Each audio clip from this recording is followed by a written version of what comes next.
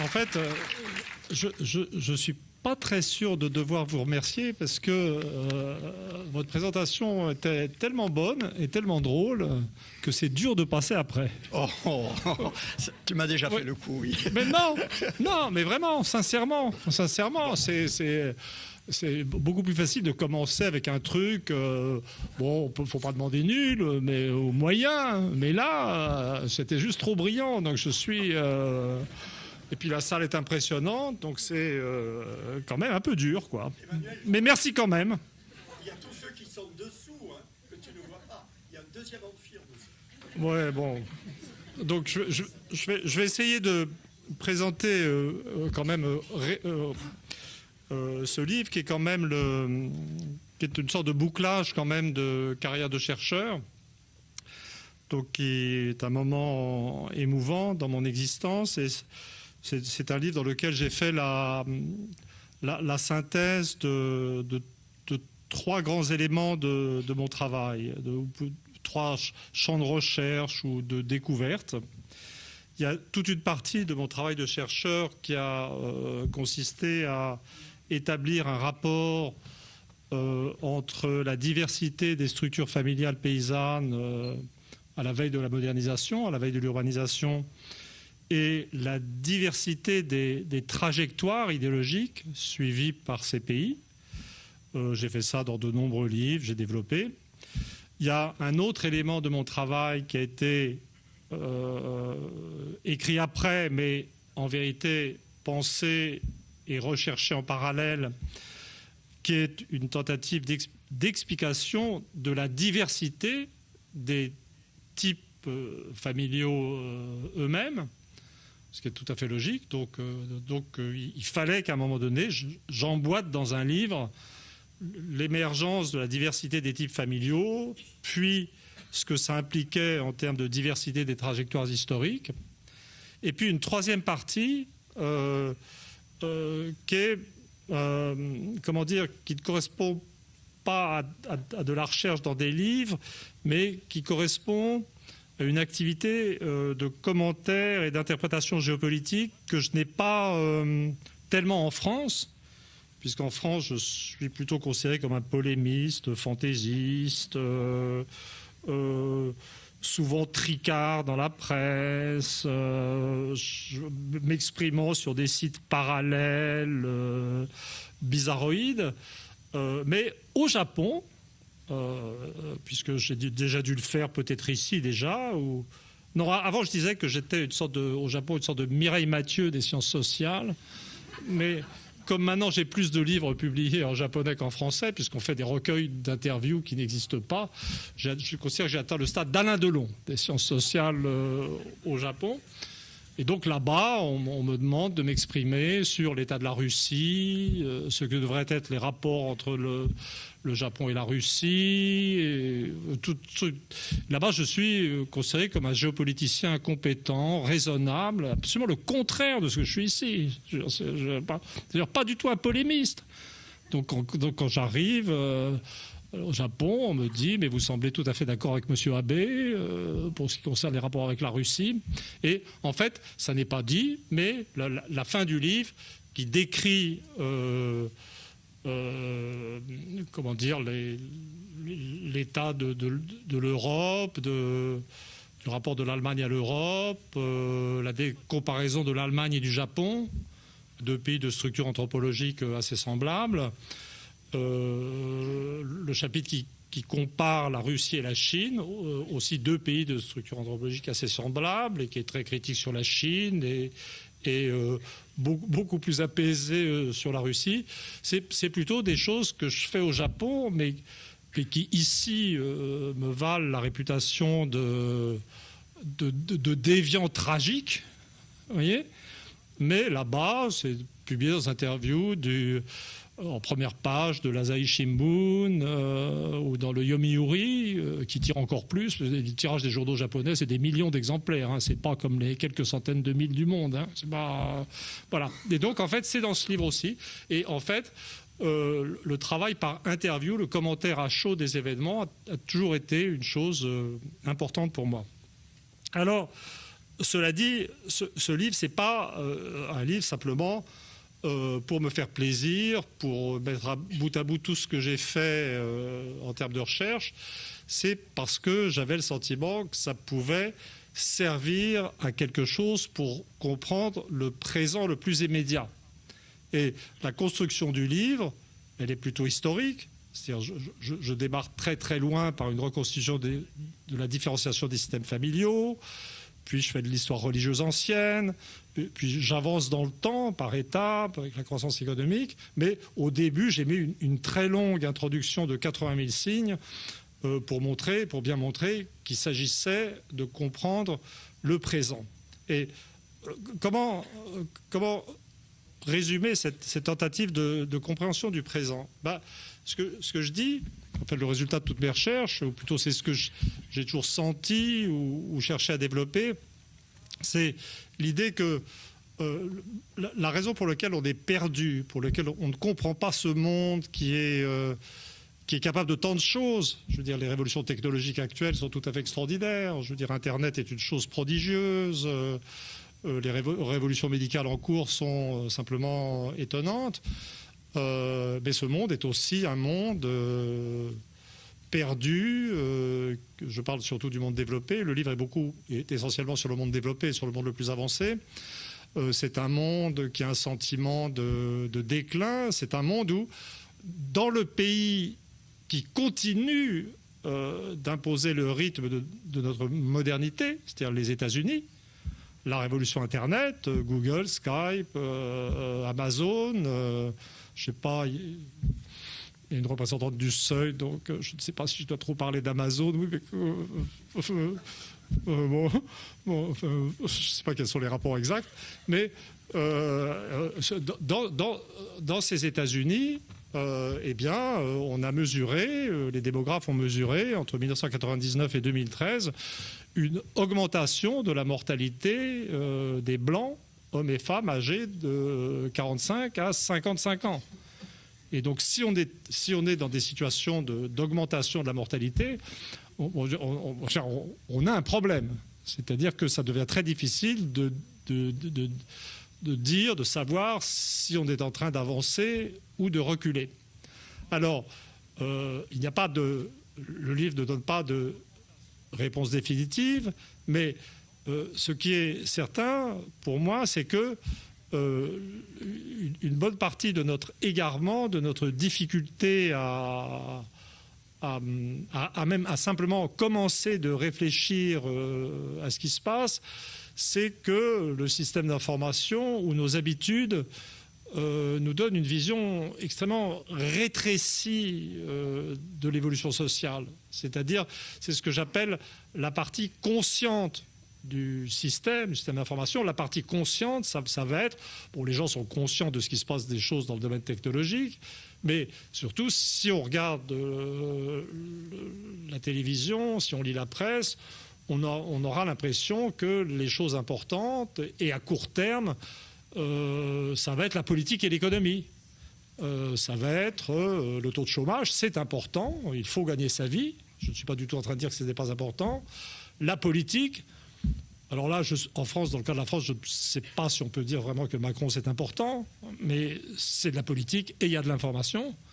Et puis, on s'arrête à cette couche consciente. Et tout l'effort de cette vision de l'histoire, de cette esquisse de l'histoire humaine, c'est de l'enrichir par une description de couches subconscientes et inconscientes. Alors, quand je dis esquisse de l'histoire humaine, les gens vont penser que d'ambition, c'est exagéré, même une vie de chercheur. Non, l'important, c'est le mot esquisse. Et esquisse, ça veut bien dire qu'il ne s'agit pas de tout dire, que c'est imparfait, que ça va s'occuper simplement de certaines variables et qu'il n'est absolument pas question d'apporter une réponse ou une description définitive, complète, etc. Pour moi, c'est le mot esquisse qui est important et le mot esquisse est modeste. Alors, les couches subconscientes et inconscientes, de la vie sociale et de notre histoire, qu'est-ce que c'est? Je vais en parler. Je ne vais pas suivre l'ordre chronologique du livre. On ne peut pas résumer en une conférence de 45 minutes ou 1 heure un livre de 480 pages qui vous a pris 7 à 8 ans à écrire. Ça serait ridicule. Donc je ne vais pas suivre l'ordre chronologique, je ne vais pas parler de tout. Mais je vais plutôt donner un exemple du genre de choses qu'on observe dans l'histoire quand on descend en fait du conscient vers l'inconscient. Donc le subconscient dont on parle, ça va être l'évolution de l'éducation. Alors pourquoi subconscient pour l'éducation? L'éducation, c'est subconscient parce que les gens savent que ça existe, les gens savent que c'est important. Au fond d'eux-mêmes, d'ailleurs les parents vivent maintenant dans la terreur ou dans l'obsession de ce qui va arriver à leurs enfants sur le plan éducatif, puisque leur destin économique ultime semble en dépendre. Mais je dirais que les analystes, les historiens et tout le monde ne se rendent pas compte que le mouvement de l'éducation est la substance même de l'histoire, que c'est plus important que l'économie, que ça vient avant l'économie. Et que, par exemple, un pays qui est dynamique sur le plan éducatif sera inévitablement dynamique sur le plan économique. Et donc c'est en ce sens que la variable d'éducation est subconsciente. Et puis, au-dessous de l'éducation, il y a une variable qui, selon les cas, va être subconsciente, inconsciente. C'est la variable religieuse, dont je parlerai un petit peu moins, mais un petit peu quand même. Et puis, l'inconscient, c'est ce qui a été présenté dans cette introduction trop bonne et qui m'a plombé mon début de conférence. C'est, bien entendu, les structures familiales, plutôt les valeurs qui organisent les structures familiales et qui déterminent des tas de choses. Alors, je vais commencer par donner un exemple du genre de vision de l'histoire des derniers siècles que donne une analyse par l'éducation. C'est-à-dire on sort de ces modèles économistes, on arrête de s'intéresser au produit intérieur brut et on admet que ce qui est important, l'axe central de l'histoire humaine et ce qui a mené dans la phase la plus récente de l'histoire humaine l'Europe, puis l'ensemble du monde occidental, Japon inclus, à sa situation de domination, c'est le progrès éducatif. Donc vous partez du Moyen-Âge, vous avez quelques moines qui savent lire et écrire, et puis les commerçants apprennent à lire et écrire, et puis à partir de la réforme protestante, vous avez une accélération formidable, et vous avez le démarrage d'un processus d'alphabétisation universelle, et petit à petit, Europe protestante d'abord, puis reste de l'Europe, l'ensemble de la population apprend à lire et écrire. Ça a des conséquences, bien entendu, sur le développement économique. Je veux dire, rien de plus efficace qu'une population capable de lire un mode d'emploi, un appareil quelconque, mais ça a un impact radical en termes de structuration de la vie sociale.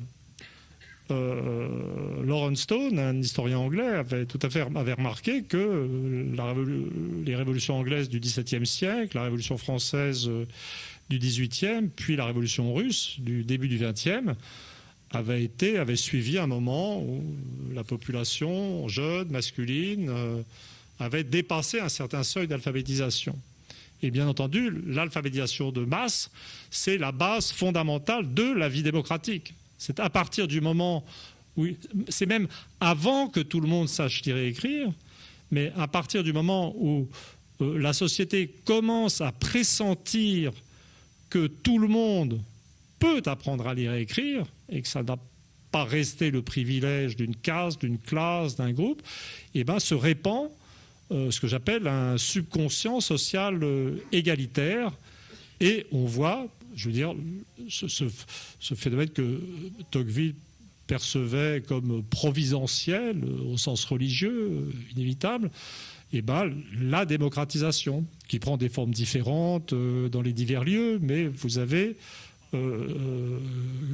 comment dire, quelque chose qui semble irrésistible. Ça a bien été étudié par les historiens, mais dans ce livre, je poursuis la logique jusqu'au bout, et quelque chose que j'avais déjà amorcé dans l'illusion économique en 1997, c'est que après le développement de l'éducation primaire, qui porte la démocratie de façon à peu près, semble-t-il, irrésistible, vous avez le développement du secondaire et du supérieur. Et le développement du secondaire et du supérieur, c'est la suite de l'histoire, mais ça devient une autre histoire. Et alors, dans un premier temps, l'enseignement est un tout, le progrès du niveau éducatif est un tout. Et dans un premier temps, les gens se sont simplement dit, plus d'étudiants, c'est juste la suite, c'est plus de démocratie, avec une sorte de connotation, d'association de tout ça à des valeurs de gauche. Et puis, ensuite, on a vu autre chose. Alors, dans ce livre, le livre parle... la France est partout dans le livre, mais la France est le pays avancé qui n'a pas son chapitre. Je ne sais pas si je l'ai fait pour me venger des malheurs qu'on m'a fait après l'écriture de Qui est Charlie, ou si je l'ai fait pour me mettre à l'abri de toute critique. Dans ce cas-là, ça réussit, car apparemment ce livre a été très très bien reçu. Alors que j'ai terminé Charlie super tricard quand même. Et ce livre a été très bien reçu. Mais, comment dire, et le véritable centre, l'axe de ce livre, pour ce qui est de l'étude de l'accession à la modernité, c'est vraiment le monde anglo-américain. C'est-à-dire, j'ai fait le saut ultime pour un Français patriote. J'ai fini par admettre que, finalement, même la révolution politique importante, c'était l'Angleterre en 1688, c'était pas la France en 1789, que la première impulsion d'un système économique, capitaliste, mondialisé, c'était l'Angleterre, la deuxième, les États-Unis. Tout ça est banal, mais il y a une sorte de centralité, peut-être un tiers du livre est consacré au monde anglo-américain, centralité, et donc là, pour parler du développement de l'éducation et ce que ça a amené comme problème et dans quelle mesure le mouvement de l'éducation, de ce subconscient éducatif, explique les problèmes du présent, le plus simple, c'est de partir d'abord des États-Unis. Donc les États-Unis, vous êtes vers 1900 aux États-Unis, vous avez un grand pays protestant, donc vous avez l'un des pays les plus alphabétisés du monde. Le protestantisme exigeait l'accès des fidèles aux Écritures, ce qui avait provoqué chez les catholiques l'obsession inverse d'empêcher les gens d'apprendre à lire et écrire. Donc ensuite, vous n'avez pas un gros mystère sur l'explication de la divergence entre ces deux parties du monde occidental. Mais vers 1900, les États-Unis ne sont, en termes de niveau éducatif, qu'un pays protestant parmi d'autres. Ils ne sont pas plus avancés que l'Angleterre, l'Écosse, la Scandinavie ou la Prusse, ou même l'ensemble de l'Allemagne, puisque la partie protestante de l'Allemagne avait entraîné l'ensemble du pays, même sa partie catholique, dans le développement éducatif.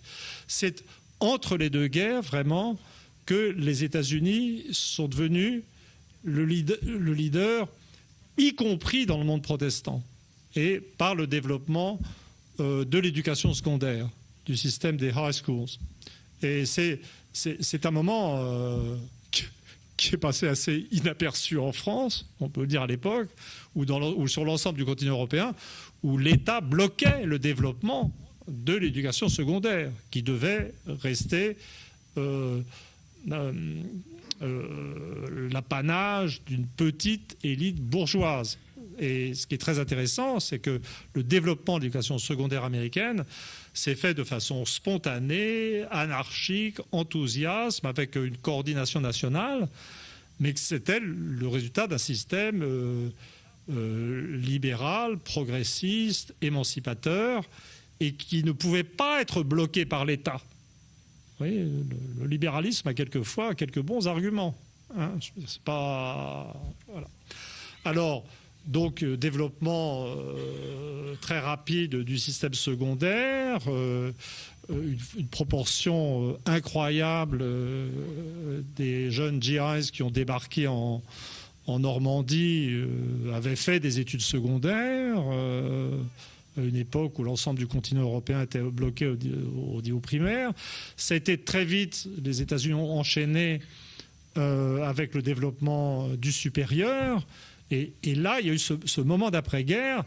C'est à ce moment. Avant, l'Amérique était plus grande, plus riche, parce que plus productive en termes agricoles. Mais c'est à ce moment, dans ce moment de l'entre-deux-guerres et de l'immédiate après-guerre, que l'Amérique est devenue l'espèce de leader incontesté. Ce n'était pas juste parce qu'elle était grosse, elle était à un niveau de développement éducatif supérieur. C'était vraiment... donc évidemment, les intellectuels sur le continent étaient en train de considérer que les Américains étaient lourds, peu civilisés, qui ne connaissaient pas les véritables valeurs aristocratiques. La vérité, c'est que les Européens étaient devenus complètement arriérés sur le plan éducatif à l'époque. Voilà. Alors, la partie rose de l'histoire est sur le point de s'interrompre, parce qu'il est très vite apparu que le développement de l'éducation supérieure n'allait pas être pour tout le monde. Et dès 1965, la proportion de chaque classe d'âge atteignant le stade d'études supérieures complètes s'est bloquée autour du tiers de la population. Et on s'est rendu compte, est-ce qu'on s'en est rendu compte?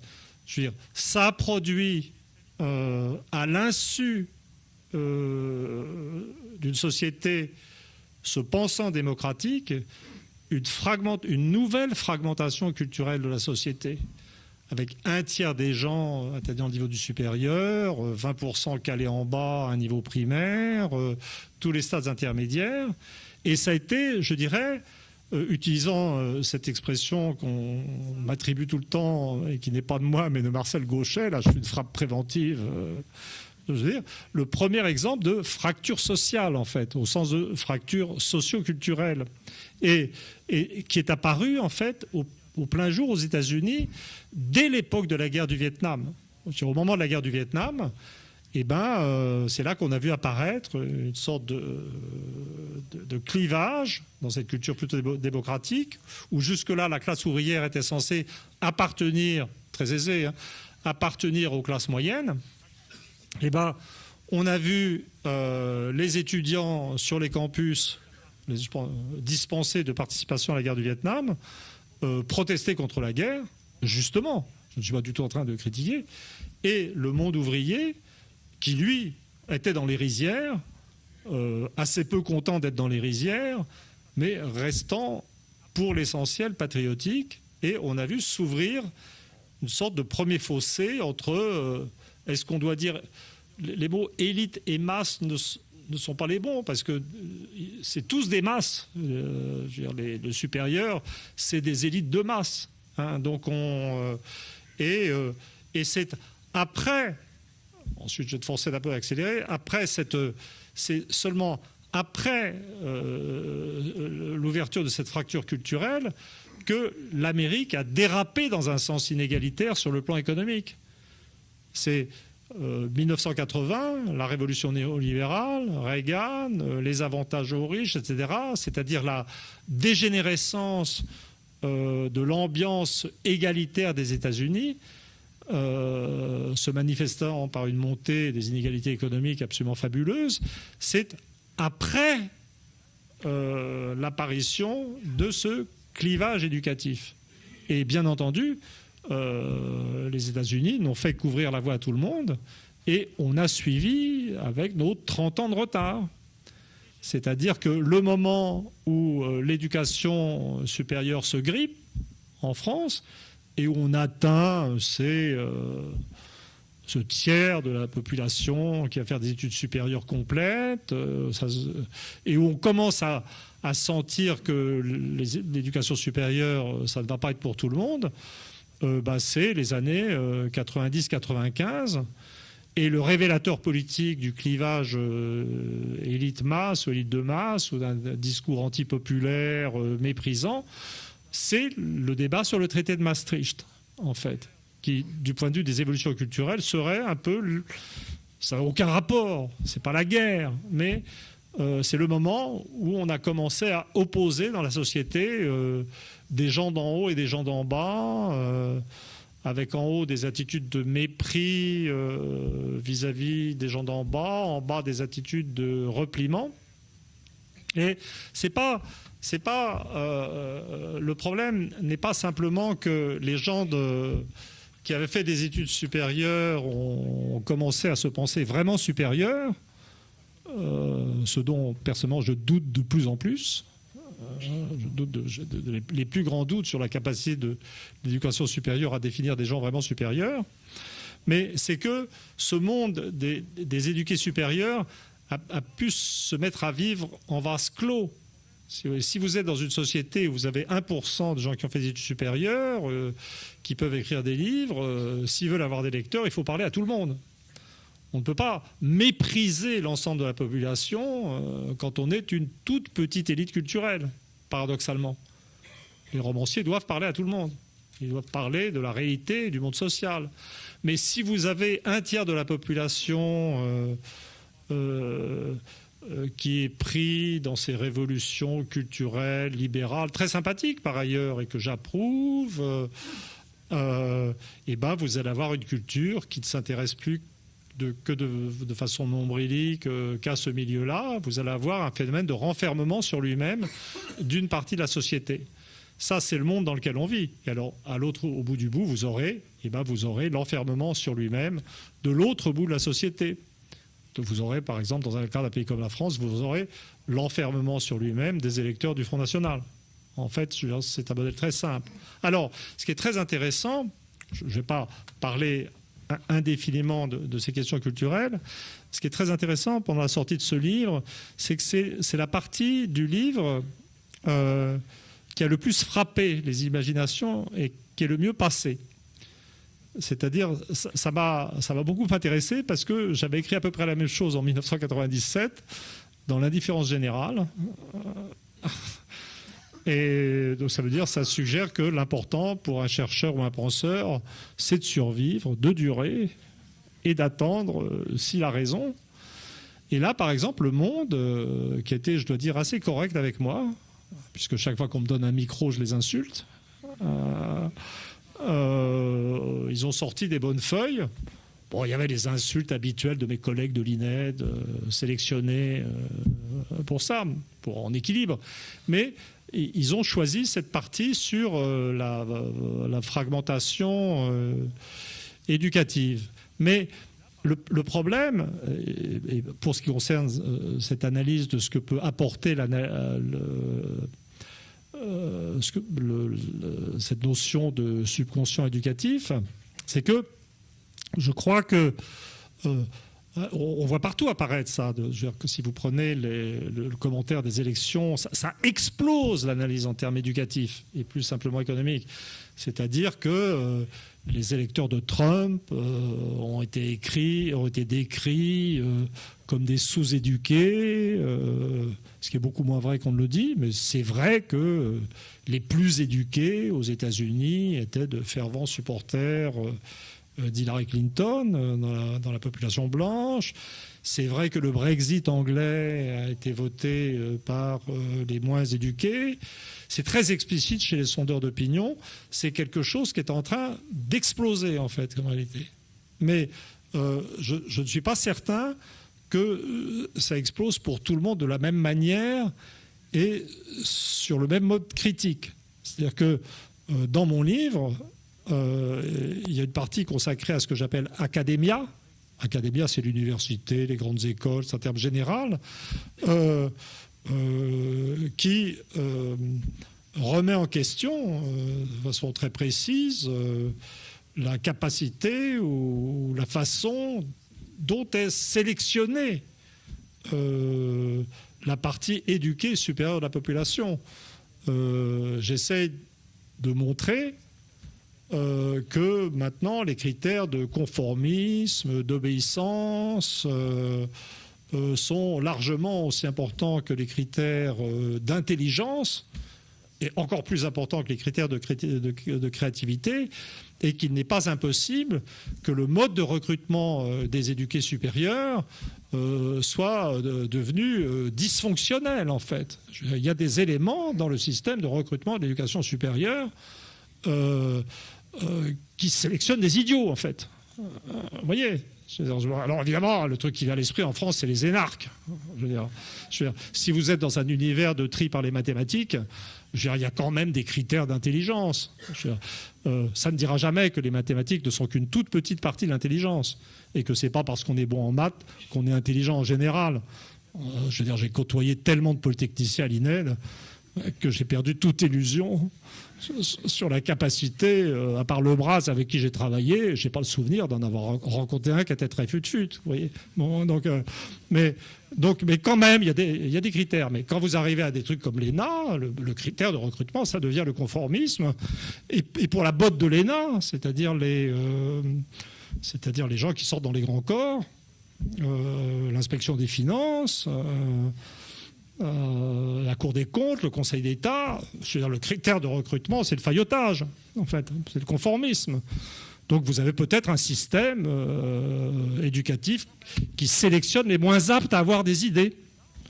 Hein ? C'est très intéressant comme concept et ça permet de réfléchir à ce qui est en train de se passer en France sur le plan économique et à la destruction de notre appareil industriel, de notre économie, par quelque chose comme l'euro. Mais je pense que chez beaucoup de gens qui acceptent, et je crois que maintenant c'est la majorité des gens qui acceptent l'idée que la fragmentation éducative explique toutes sortes de choses, explique le Brexit, explique Trump, explique le Front National, beaucoup de gens, en fait, pensent que peut-être, ça n'est pas dit, hein, je spécule, j'imagine des pensées qui n'ont pas été communiquées, je suis peut-être en train de diffamer, ils disent, oui, effectivement, c'est regrettable, la démocratie est morte, mais quand même, l'existence de cette fragmentation par l'éducation supérieure révèle que les gens n'ont pas le même niveau intellectuel et qu'il va falloir vivre avec ça, que c'est regrettable. Vous voyez, donc en fait, il y a une interprétation, je dirais, de conformisme ou d'acceptation de l'inégalité de cette thèse. Et puis, il y a une interprétation qui pourrait être plus contestataire et révolutionnaire. Alors, j'ajoute pour finir sur cette question de l'éducation, que ce qui est quand même, j'y ai fait allusion quand j'ai parlé du rôle du protestantisme dans le développement de l'éducation. J'ai dit le développement de l'éducation, c'est le moteur de l'histoire. Mais ce qui est très intéressant, et ça vient avant le développement économique, mais ce qui est quand même très important aussi, c'est de voir que la motivation derrière le décollage éducatif est totalement irrationnelle et religieuse. C'est-à-dire, j'étudie 2 moments dans le livre où il y a 2 religions qui ont vraiment fait de l'éducation une priorité. Il y a d'abord eu le judaïsme antique, qui à un moment donné a déclaré que les pères devaient se débrouiller pour que leurs fils sachent lire et écrire. Ça a été un demi-succès, puisque ça a fait de la population juive, ça n'a pas été suivi par les paysans juifs, ça fait de la population juive une population urbaine spécialisée dans des métiers pour l'époque de haut niveau.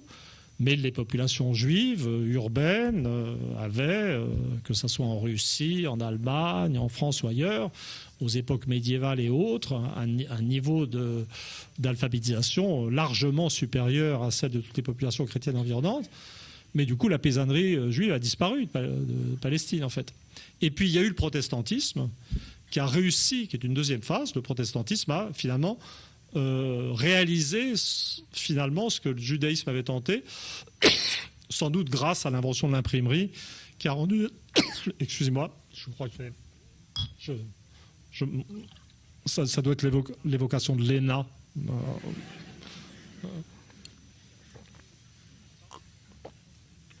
M'a fait commencer à m'étouffer de rage. Non, pas vraiment, pas vraiment. Je suis plutôt réconcilié avec l'humanité ces temps-ci. Et donc le protestantisme a réussi l'alphabétisation de tous, y compris de la paysannerie. Et ça donnait le décollage de l'Europe du Nord, ce qu'on apprenait dans les ballets Isaac, par l'ascension des pays du Nord. Tout d'un coup, la Suède est apparue comme une puissance militaire incroyable. Puis la Prusse, et puis ça a été le décollage anglais et américain. Alors, si on va plus profondément dans l'histoire, on tombe sur ce qui a toujours été le cœur de mes recherches, c'est-à-dire sur le véritable inconscient, qui est la structure familiale. Alors, je ne vais pas répéter ce que j'ai écrit dans de nombreux livres, le fait que, aussi je vais le répéter mais rapidement, que par exemple le communisme est apparu uniquement dans les pays, enfin de façon endogène, spontanée, uniquement dans des pays comme la Russie, la Chine, la Serbie, où s'est implanté électoralement en Italie centrale, dans des régions où la structure paysanne traditionnelle associée à un père et ses fils qui restaient avec lui, où les valeurs de la famille étaient autoritaires et égalitaires. Et le communisme a succédé à la désintégration de ce type familial. La famille nucléaire française ou anglaise explique le tempérament libéral des Français du Nord, du bassin parisien, et des Anglais. L'existence de valeurs égalitaires en France ajoute la nuance égalitaire.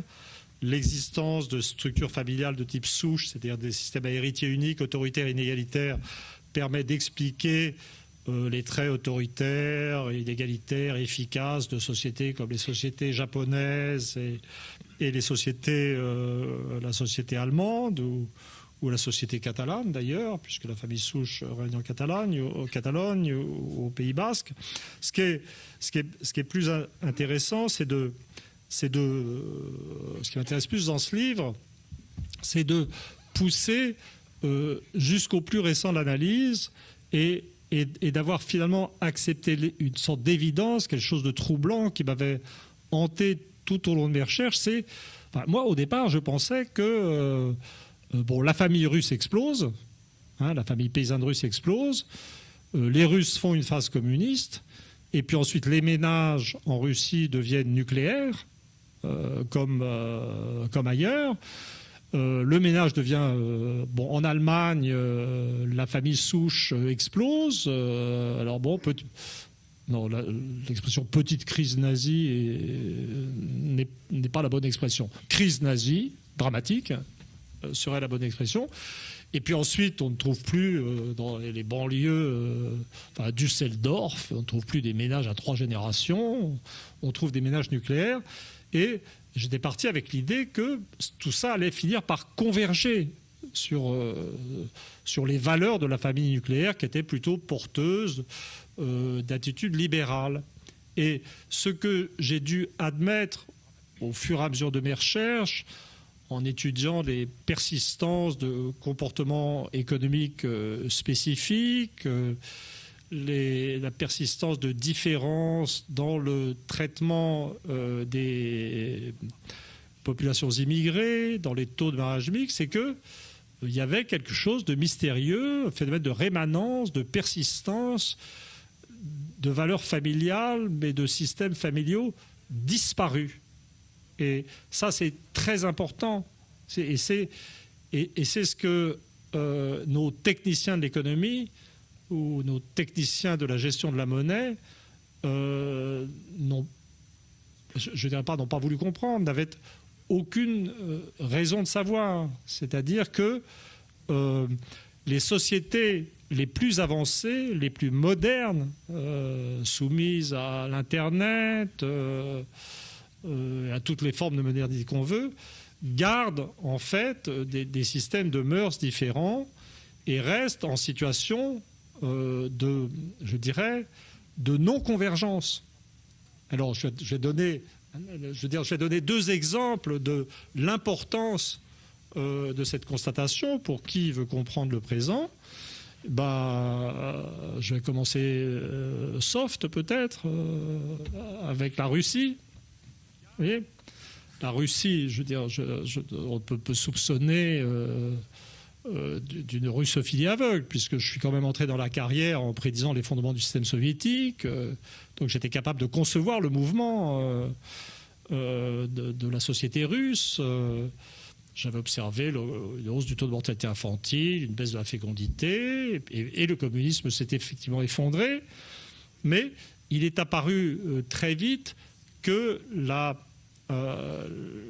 société russe, même pratiquant des élections, car il y a des élections en Russie, contrairement à ce qu'on pourrait croire quand on écoute la télévision, il y a des élections, il y a un gouvernement qui est soutenu par une écrasante majorité de la population, une population qui est quand même un peu unanimiste de tempérament, qui semble exercer son droit de suffrage sans avoir une réelle volonté de pratiquer la démocratie d'alternance.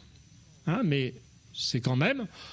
Je ne dis pas que les conditions de liberté d'expression sont équivalentes à celles de l'Europe occidentale. Je ne suis pas complètement aveugle à une certaine rigidité des choses, mais si vous voulez, le discours paranoïaque de l'Occident sur un complot du gouvernement russe, poutiniste, pour empêcher l'épanouissement de la démocratie en Russie, vous voyez, une sorte de complot qui vient d'eau, et pour un anthropologue comme moi, et qui a pris conscience de ce phénomène de persistance de valeurs, totalement ridicule. Il y a même des dissidents du régime Poutine qui sont passés à l'Ouest et qui ont rapporté des conversations très très intéressantes entre Poutine et ses collègues, dont le niveau intellectuel est tellement supérieur à celui des Occidentaux que c'est absolument incroyable. Enfin, c'est vraiment, ça doit être des restes de formation marxiste et de sens de l'histoire. Ils sont vraiment bien meilleurs intellectuellement, aucun problème. Où ils disent, ça on libéraliserait bien, mais les Russes vont pas supporter. Parce que le tempérament de la population est autoritaire, égalitaire, communautaire.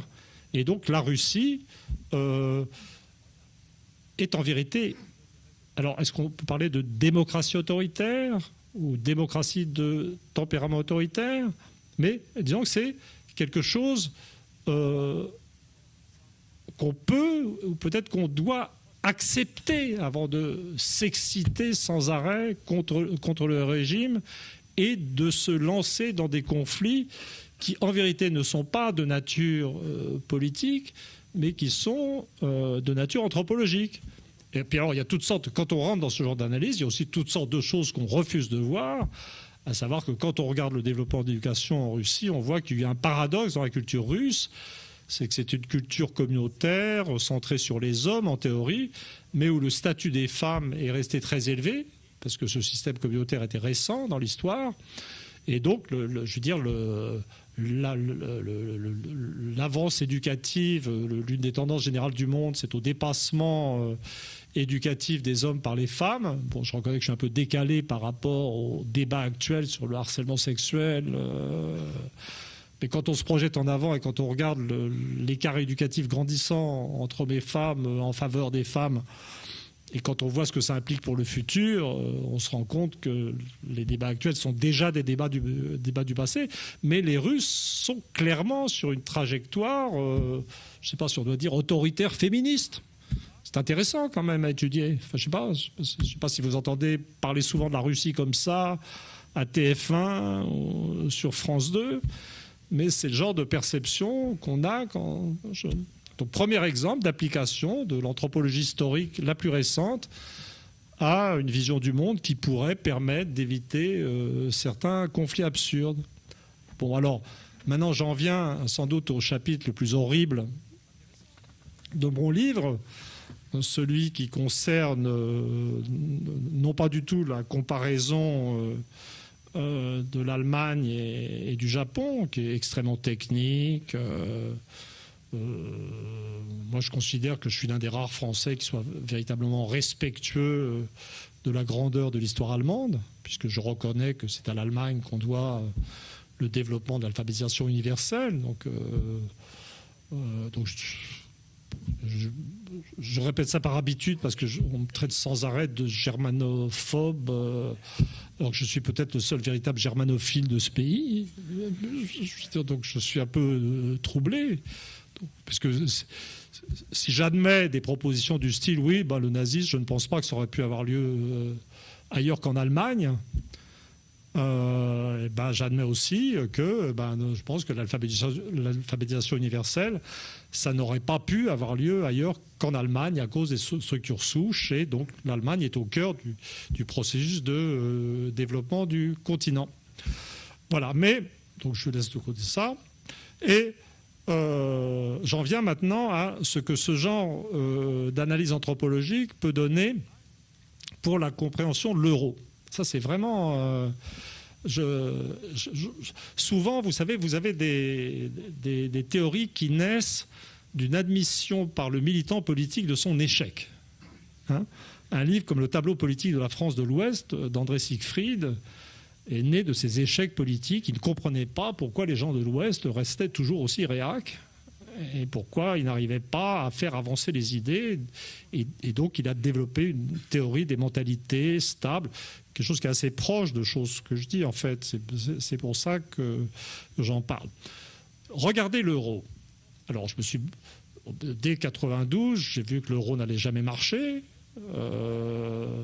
Parce que les pays restaient trop différents sur le plan des systèmes de mœurs, parce que chaque nation, avec son système de mœurs différent, a besoin de sa monnaie. La bonne façon pour la France de régler la question du coût du travail, ce n'est pas de bousiller le code du travail, ce n'est pas de réformer, de flexibiliser, c'est de dévaluer. C'est tellement plus simple, tellement plus indolore. Mais évidemment, dans l'euro, on ne peut plus dévaluer. Donc il faut taper sur le coût du travail.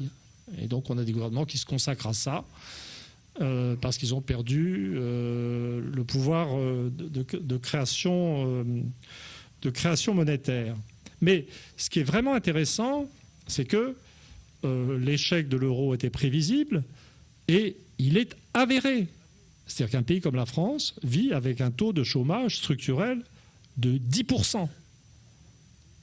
On se dit, si on était dans un monde économique rationnel, et même un monde où il y aurait des conflits de classe, comme il y en a, je veux dire,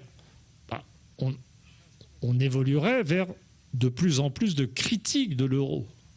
Mais la réalité de la France, et même de l'ensemble de la zone euro, c'est au contraire un affaiblissement de la critique de l'euro. Donc vous devez résoudre ce paradoxe d'une monnaie qui dysfonctionne totalement, je veux dire qui contraint, en France on a 10% de chômage, il y a des frontaliers qui partent travailler en Allemagne tous les jours, mais ils reviennent, ou en Suisse, mais dans des pays comme l'Espagne, l'Italie, les jeunes éduqués doivent émigrer pour aller travailler en Allemagne. Je veux dire, c'est une situation c'est écrit dans le livre, qui est vraiment dramatique. C'est presque un état de guerre économique interne.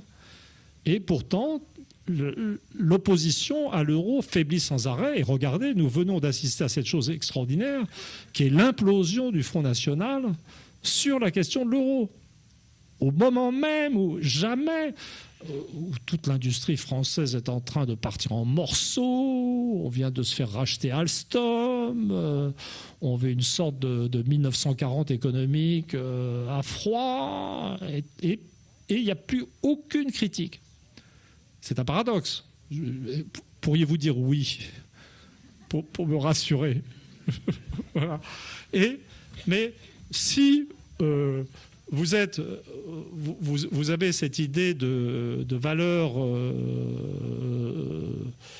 familiale, anthropologique, politique, ancrée dans l'inconscient des régions, des peuples, des nations, vous appelez ça comme vous voulez, vous pouvez faire ce que j'ai fait. C'est-à-dire que j'ai fait dans ce livre, j'ai une carte, il y a 4 cartes en couleur dont je suis très content, et l'une des cartes en couleur, qui m'ont donné beaucoup de mal, et l'une des cartes en couleur, c'est une carte des tempéraments autoritaires et inégalitaires en Europe, et en particulier dans la zone euro. Donc je prends la carte des structures familiales souches, autoritaires et inégalitaires.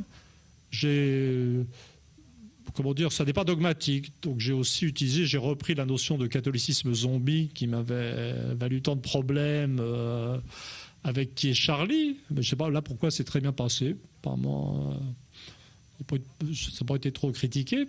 Et donc j'ai fait une superposition et j'ai regardé les régions d'Europe et de la zone euro où le tempérament local, tel qu'il était défini par les valeurs familiales et religieuses en rémanence, des choses qui sont censées avoir disparu mais qui sont quand même toujours là, et vous vous rendez compte simplement que les valeurs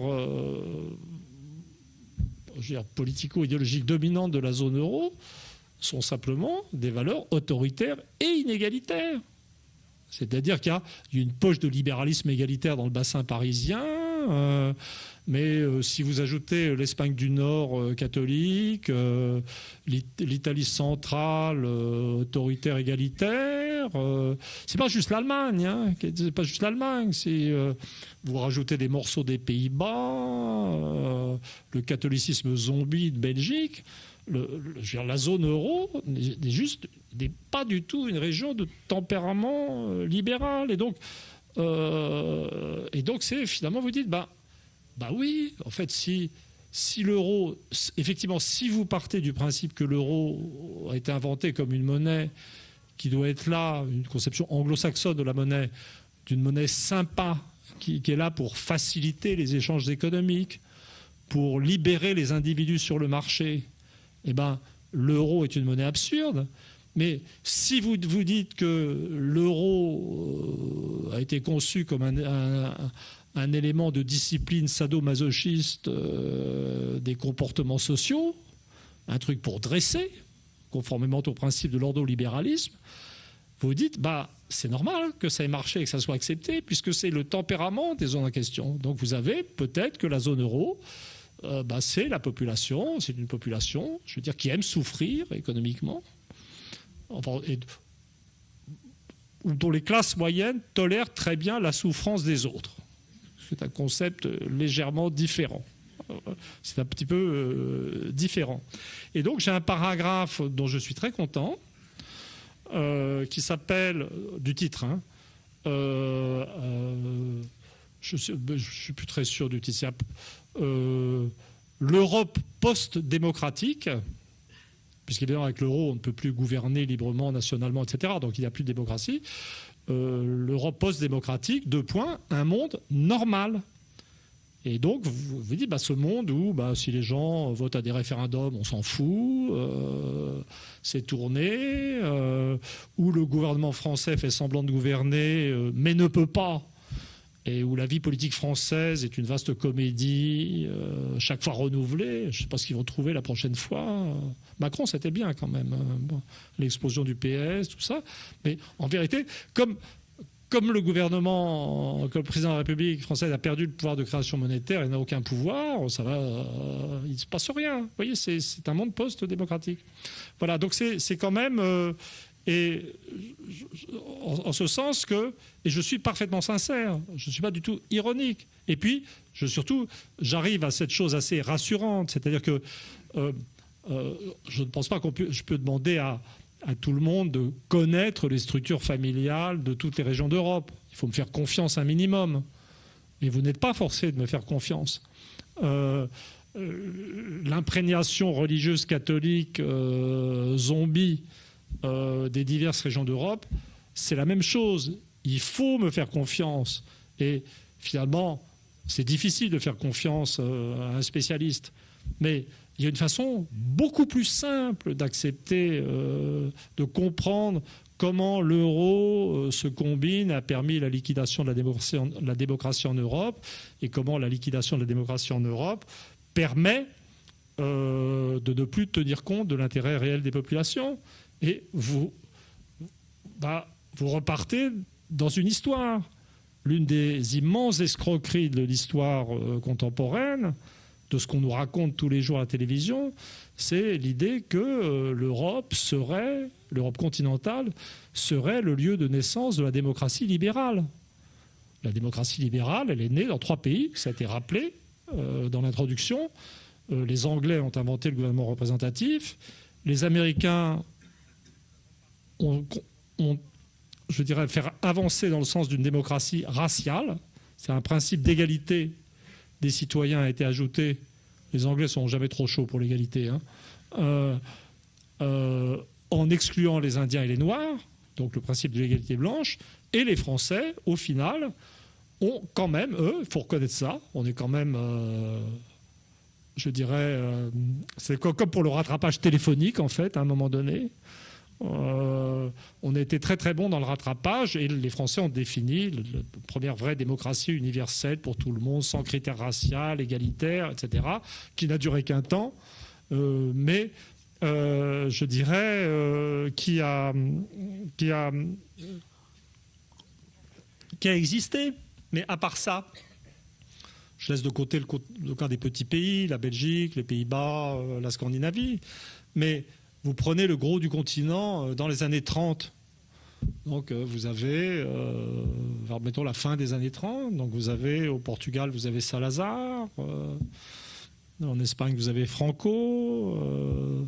Si on saute aux années 40, on va avoir Vichy en France aussi. Mais ce ne serait pas très juste de dire ça. Mais en Italie, vous avez Mussolini. En Allemagne, vous avez... Hitler, en Autriche, vous avez Dollfuss. Bon, plus loin à l'est, c'est encore pire, mais on sort de la zone euro. Mais la vérité de l'histoire de la zone euro, c'est que c'est l'histoire d'une région qui a simplement pas contribué à l'émergence de la démocratie libérale. Et la réalité de l'histoire de l'Europe occidentale, c'est que quand le continent ou la partie ouest du continent a été libérée par les troupes anglo-américaines, effectivement, la démocratie libérale est devenue la force dominante centrale de l'Europe occidentale. Les États-Unis sont affaiblis, l'Angleterre essaie de fuir cette zone d'implosion de la démocratie avec le Brexit. L'Allemagne réémerge en tant que puissance centrale, mais l'Allemagne n'est pas la seule région d'Europe de tradition autoritaire et inégalitaire. C'est ce que j'essaie de montrer. Il y a partout des relais autoritaires et inégalitaires dans la zone euro. Et donc, l'Europe est actuellement simplement, dans sa liquidation de la démocratie, est en train, je dirais, de revenir sur sa trajectoire historique normale. Alors l'autre jour, j'ai fait un débat à Strasbourg avec mon frère de lait Bernard Guetta. On se connaît depuis tout petit, nos parents étaient amis, donc on peut s'insulter avec une liberté absolue, on s'aime toujours, c'est pas grave. Mais lui, c'est quand même un européiste assez plombé, quoi. Il faut reconnaître. Et j'ai réussi à obtenir ce que j'adore obtenir de Bernard, toujours en fin de débat. J'avais dit, donc j'étais reparti de la Russie. Je dis que cette population où les élites, finalement, exécutaient, certes, une démocratie autoritaire, mais où les élites exécutaient ce que le peuple voulait. Et l'Europe, où il n'en était plus question. Et donc j'ai dit, quand même, si on applique des critères stricts de définition de la démocratie, pas d'un système gentil, mais d'un système où on peut voter et où les gens élus appliquent les désirs des électeurs, nous devons quand même admettre que la Russie est plus démocratique que l'Union européenne. Et alors là, Bernard a fait ce que j'attendais de lui. Il me dit, je suis sans voix. Je ne sais pas quoi dire. Bon, il me reste combien de temps? Parce que j'ai encore une grosse partie à traiter là. Ça va, je peux y aller? Oui. Voilà, donc en fait, je trouve... et puis alors, quand même, pour revenir sur l'utilité de ces modèles familiaux, pour comprendre le présent, revenons à ce qui est le cœur de la modernité, ce qui est le cœur du changement, malgré toutes ces difficultés, c'est-à-dire le monde anglo-américain. Donc le monde anglo-américain, c'est la démocratie libérale. C'est une démocratie libérale qui a dérapé dans un sens inégalitaire à la suite de cette fragmentation éducative que j'ai décrite. Mais c'est un monde qui est en train de virer actuellement. Et les gens ne comprennent pas ce qui se passe, de nouveau. Ils ne comprennent pas pourquoi... tout ce qu'on est capable de dire, c'est Trump est fou, insupportable, le Brexit est insensé, etc. Et la base pour comprendre ce qui se passe dans le monde anglo-américain, avant même de s'intéresser au contenu de ce qui se passe, c'est de savoir que le système familial, anthropologique anglo-saxon favorise la discontinuité générationnelle. C'est-à-dire qu'il y a une sorte de principe de discontinuité dans l'histoire du monde anglo-américain qui fait que ce monde est capable de changer d'orientation d'une façon, avec une violence, une radicalité dont on n'a pas idée. C'est-à-dire que le monde, l'Angleterre d'après-guerre ou les États-Unis d'après le New Deal étaient des sociétés hautement socialisées. Je veux dire, la sécurité sociale était allée très loin. Et ce monde, en 1980, soumis à des difficultés économiques, des tensions sur le taux de profit, etc., a fait un basculement radical dans le néolibéralisme. C'est une sorte d'inversion de polarité. L'un des mondes les plus sociaux est devenu l'un des mondes les plus radicalement inégalitaires. Et les Anglais, par exemple, ont liquidé leur classe ouvrière, les Américains aussi, de même que plusieurs générations avant, ils avaient liquidé leur paysannerie. Donc c'est un monde politique très stable, mais qui est capable, à l'intérieur d'un système politique très stable, de produire des basculements historiques considérables. Et actuellement, je pense que ce qui se passe est de cet ordre. C'est-à-dire que Trump, le système est paralysé actuellement, mais Trump, ça n'est que le début d'un basculement de ce type, sur un recentrage national, démocratique, on aime ou on n'aime pas, avec un élément de xénophobie dans cette renaissance démocratique, c'est indéniable. Même chose en Angleterre. Mais les gens, avant même de s'intéresser au contenu, doivent savoir que c'est, je dirais, consubstantiel à la nature des sociétés anglo-américaines, parce que ce sont des sociétés dont le système familial encourage les ruptures entre générations, les discontinuités. C'est-à-dire, si vous lisez la littérature anglaise ou les traditions religieuses anglaises, depuis le XVIe siècle, vous verrez que c'est beaucoup plus difficile pour les Anglais de comprendre les phases antérieures de leur littérature, de leur culture, etc., que pour les Français, dont le système culturel, littéraire, est beaucoup plus stable, en fait, depuis le XVIe siècle. Alors, j'en viens maintenant, parce qu'il faut que je traite quand même ce qui est pour moi le plus important, ça serait dommage, qui est le point de départ du livre. Donc là, j'ai parlé des conséquences les plus récentes de la diversité persistante, de la diversité anthropologique persistante des sociétés les plus avancées. C'est là que mon livre est fondamentalement, radicalement antiraciste, car je n'oppose pas fondamentalement les pays avancés aux pays non avancés. Je prends les pays avancés et je dis qu'à l'intérieur du groupe des pays avancés, il y a toujours de la diversité anthropologique. C'est vraiment, donc c'est une vision tout à fait, en fait, implicitement, tout à fait universaliste, puisque je ne dis pas le fait d'être avancé